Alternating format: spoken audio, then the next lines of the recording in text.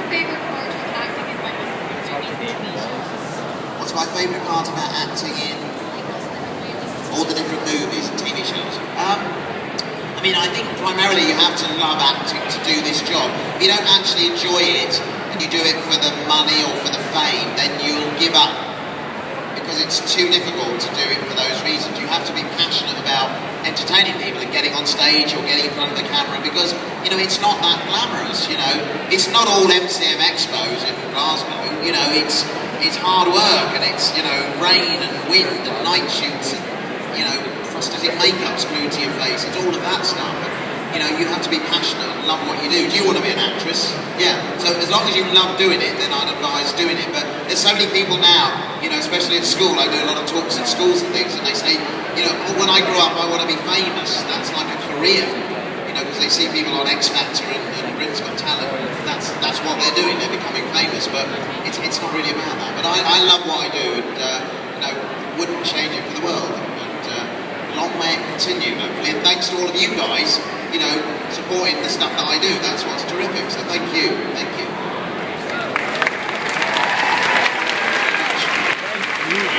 So just look at this girl down here. She's examining her banana very closely. Is there something wrong with it? It might be bruised. It looks a little bruised, I will say, and I'm no expert on bananas, but that does look like quite a bruised banana. Are you going to eat it or just squidge it? She's not sure. She's still just keeping an eye on it. Look at that. I've never seen someone. I mean, I saw a gibbon look at a banana like that, but never a human being. She's really examining that banana. And we'll come back to you later, see the progress. Okay, see if you've actually started eating it, whether you're still examining it. Okay. Right, yeah, we have a question here. Where's the question? Here he is. Warwick or Professor Flitwick, whichever you prefer, will you accept this handmade wand I've made for you? You made me a wand? Yes. Come on, I'm here. Wow.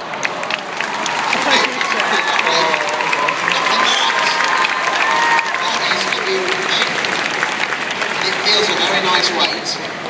13.5 inches. Unicorn tail, you're especially made for yourself. It's very nice, and nice stuff. Thanks. Come here, Sonia. Have you got anyone with you? Just take a photo here. Have you got a camera in it? Let's do a quick photo here. It's got his time turner on and everything. That's beautiful, that. It's a lovely weight.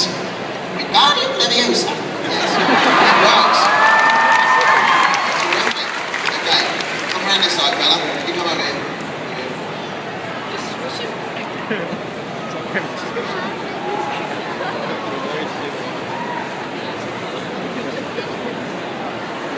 Sorry, just talk amongst yourselves a minute, bear with us.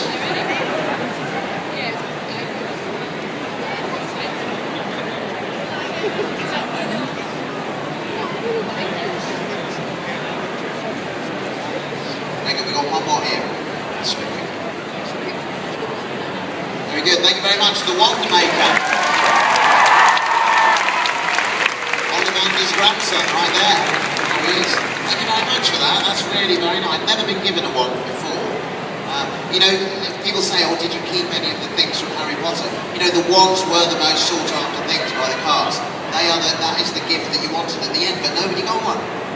Daniel got his glasses, a pair of his glasses, but yeah, the wand, I would love it, because I have a wand from Willow at home, and it's framed in a box, and it sits there, and just below that, it would have been lovely to have a Professor Flitwick wand as well. But now this one shall replace the Flitwick wand that I never got. So thank you for that. Thank you.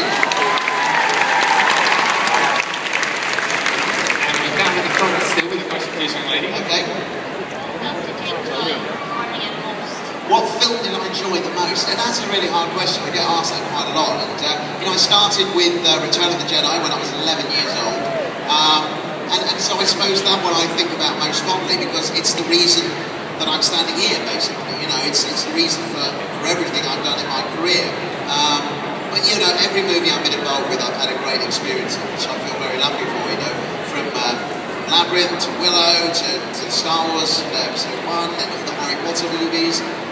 You know, I've had great experiences in all of them. And so yeah, it's hard to pick a favourite. But I think Wicked, the Ewok, and Star Wars, you know, the role that gave me my big break is my favourite.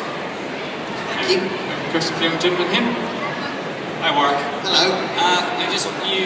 Obviously you've been in big franchises and stuff like Doctor Who and Star Wars and Harry Potter. You actually have 3 different Lego figures made of you. Really? Sorry, I must have missed that one. So what would you say is the main difference where working on these big kind of budget things and doing the small kind of comedy you did with Life's Too Short? Yeah, I mean, they're kind of the same in one way. I mean, I think on big budget films, a lot of the money's wasted, really. You know, you kind of start to streamline something and you realise you don't necessarily need all those people, you don't necessarily need all that time. You know, on Life's Too Short, we would shoot a lot of stuff very, very quickly, and it's down to preparation. You know, it's the amount of prep that the cast do, it's the amount of preparation that Ricky and Stephen have done, and then it's about the crew, how efficient they are. And we would shoot from 8 o'clock and normally finish about 3 or 4 in the afternoon, and Ricky and Stephen don't like to work beyond those hours, because I think you're at your best then as well, especially when you're doing comedy. You don't want to be trying to do comedy at sort of 6 or 7 o'clock at night, you know, it's just not funny anymore at that point, do you see what I mean? So, you know, there was a very efficient way of working. But yeah, on a big budget film, everything just moves a lot slower, and it just takes a lot longer, you know, and they tend to just make sure they have all the coverage of a scene.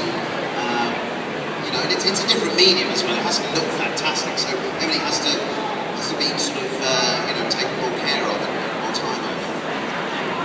Okay, we got a question from this person here. Hi Mark. Hello. What is it like to be as famous as you are? You know what, it's really weird. Being me, I don't kind of consider it that way. I just do what I do. But, you know, I've noticed over the past, certainly the past couple of months actually, it's actually more difficult to go anywhere, you know, kind of incognito. You know, I tried a hat and a moustache, but it didn't work. You know, but I've noticed it is more difficult, and people are recognising me more. And, you know, I appreciate that. You know, it's good. I suppose it's a marker of the fact that I'm doing stuff that people are watching. You know, you know, it's kind of ever since doing stuff like Doctor Who, and you know, the more recent stuff I've done. Idiot Broad, as we spoke about earlier, was a huge kind of project as far as the amount of people that saw it goes.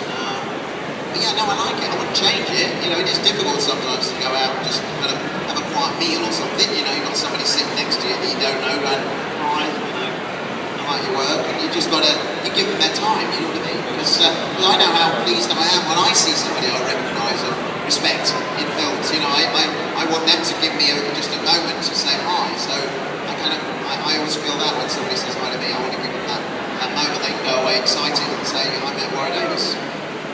Someone else goes, who are you talking about? Is he the guy in Game of Thrones? Banana update, apparently. The banana has now been eaten. It has! We have a skin, hold that up. There it is. How's it going down? Was it alright? Was it a bit squishy? It was a bit squishy. It doesn't look entirely happy with that. It's digesting well though, is it? It's got a lot of potassium in that. It'll feel great later on. Okay. Right, and another question for you. What was it like being Star Wars playing an evil?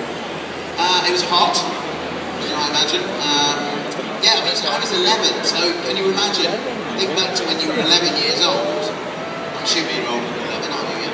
Yeah. Think back to 11, imagine being given the chance to be in a film that you loved. I mean, I was a big Star Wars fan since I was 7, so to be 11 and they said, do you want to be in one of these films? I couldn't slow down. It was brilliant. They used to call me the ever-ready Ewok. So while, you know, older Ewoks were kind of passing out, getting too hot and all of that, I was just like, I wanted to do more. You know, I was ready for the next take. I probably wouldn't do the same now at my age, but back then at 11, it was the best thing in the world. And it's actually, I just was the host of Star Wars Celebration Europe. Anyone go to Star Wars Celebration here? No. Anyone? A few people. It's a long way away. It's in Germany. But I was able to reenact the scene where Wicket finds Princess Leia, actually with Carrie Fisher live on stage. It was brilliant. She laid on the floor and let me poke her with a stick and everything. It was brilliant. You're writing your own jokes now. But no, it was amazing. Yeah, really good. But, yeah, so playing an Ewok for me was fun, actually. If you ask Kenny Bacon the same question, he would have a different answer. He said he felt like he'd been poached. Somebody very pale next to you there. Yes. Are you going to ask? Are they asking No, questions? she said this was behind them. Oh, okay. Would you rate the chances are of being in one of the new Star Wars films? what are the chances of me being in the new Star Wars film? Well, you know, when I was at Celebration Europe, I dropped lots of hints to various people, one of them Kathleen Kennedy, and also with, I did a show with the conceptual artist Doug Chang and Ian McCain, and you remember that game you play where you draw a picture and you fold the paper and you give it to someone else and they draw a bit of the body and so on? We did that game and we came up with this little alien character, and he was going to take that back and show it to J.J. Abrams, you know, with the prospect of me playing that character, whatever it is. So who knows? I'm doing my best, but we'll wait and see.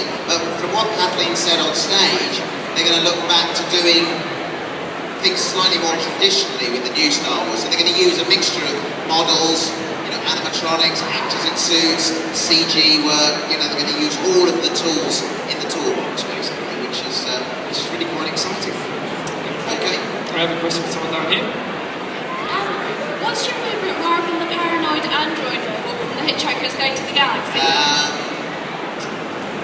Pardon me for breathing, I think was the one, really. I mean, it's, what a miserable man he is, really. It's really hard to get to that mindset of that character. You know, when I played Marvin, you know, he's a very depressed character. He's got the brain the size of a planet, so therefore he knows all there is to know, so he finds nothing of any interest whatsoever. And I thought it would be quite an easy job to do, but I basically had to get into his headspace and imagine what that would be like. And then from that came the body language, and came the performance. But otherwise it was quite hard to do, yeah. But I feel sorry for him a bit, really. He's sort of trapped in that massive brain. Depressed. Okay, so Ryan. Hi, Warwick. I was just wondering how you got involved with multiverse actions and basically game channels. Because I'm the chairman of the channel, basically, I try and get in a lot of the different projects going on, and that was a particularly special one. I mean, it's a unique project in the fact that it's, you know, the very first kind of feature-length film made just for YouTube, and so yeah, they asked me to do a cameo in there. I thought it was great. A little nod to Star Wars in there as well. It was fantastic. It's been received very well. Yeah, you should check out that feature-length film on the multiverse as well. It's really, really one to watch. Thank you. Still at the back here with you. Yeah, okay. Willow's complete classical fantasy genre and inspired a lot of interest in it, certainly for myself when I was young. What's it like to have been involved in so many films that inspired interest in the genre? Yeah, I mean, so you mean Willow is it kind of, I mean, I think the 80s were a great time for sort of fantasy genre films, weren't they? I mean, that decade produced some really great movies that people still watch today. You know, we still look back to those films. Yeah, I think I've just been lucky to get into these projects that have become, you know, kind of iconic in a sense. You know, not anything to do with me, but just that, you know, the producers and the writing and what they became. And people grew up watching them, and yeah, I mean, there's not that many films, are there, that kind of, you know, Willow's 25 years old now, and you know, it's kind of quite unusual for films to still be selling on DVD and people still be talking about it. But every day somebody says to me, I grew up watching the film, you know, and that makes me feel old then when they say that. But, you know, and they'll pass it on to their grandchildren, you know, and so on and so forth. It's a generational thing, you know. I'm sure in years to come Harry Potter will be a similar film that, you know, will continue to be passed on as a kind of a classic set of films. There are lots of them like it, but it's nice to be in one or two of them. Yeah. And we have a question over here. Yeah. What's your favourite Leprechaun movie? What's my favourite Leprechaun movie? Has anyone else here seen Leprechaun? Yes. They're very brave admitting it, aren't they? Very good. My favourite one? I like number 3 actually, when I go to Vegas. And it's a more comedy in that, and yeah, I got to do some funny stuff, some other characters as the Leprechaun and things. So yeah, I think number 3 is my favourite. I was just speaking to the writer of the Leprechaun films actually about another project that we might do together, because sort of try and bring that team back together and produce the very first one. But we'll wait and see on that. But thank you for that question. Thank you. We've got time for one last question. Yeah, something struck me about being here, and that girl's reminded me. You know, Tommy Cooper's been dead a while, but there seems to be a lot of fans of his here. I can't understand it. It's fezzes everywhere. I'm joking, of course, I know it relates to Star Trek. Another question, please, Roberta? Okay. What was it like working with the Doctor Who cast? What was it like working with the Doctor Who cast? I have a lot of admiration for them. The work and effort that Matt and Jenna put in, for you guys, you wouldn't believe it. You know, you're watching at home on a Saturday night with a cup of tea or whatever, the amount of work and commitment that those guys have, and all the crew and the cast on the show, is immense. I mean, honestly, I was in awe of just the way that, the speed that they learn their lines, the amount of episodes they're doing. You know, they'll go from one episode one day, they'll finish it, the very next day they're starting another episode, and you know what it's like. Doctor Who isn't like a soap opera where it's kind of just continues in a sense. They're in a different time, a different place, a different period in history. You know, it's a lot to get your head around as an actor, but I'm watching the way that Matt brings the stuff off the page. He's so creative as a performer, absolutely brilliant. And it's a shame to see that he's finished now, because I think he was terrific. And so yeah, a lot of admiration, and I was made to feel very welcome. You know, just stepping into it. But stepping into it for just a couple of weeks like I did, you know, they made me feel very welcome, and it was great to be finally, you know, part of that Doctor Who universe. Is that what I say? I don't know, but it was nice to be there, and a very important character. You know, I'm thinking that he could come back. You know, he could have his own series. You think of the Sarah Jane Adventures. You could have the, you know, Emperor of the Universe's adventures. Ladies and gentlemen, that is That is. That's it. That is. That's all we got. I'm sorry. I was enjoying this. Everyone's cozy. I'm sitting there. He wants the toilet. He's going. She's still chewing up banana. Brilliant. Okay. Well, anyway, listen. Thank you very much for coming in.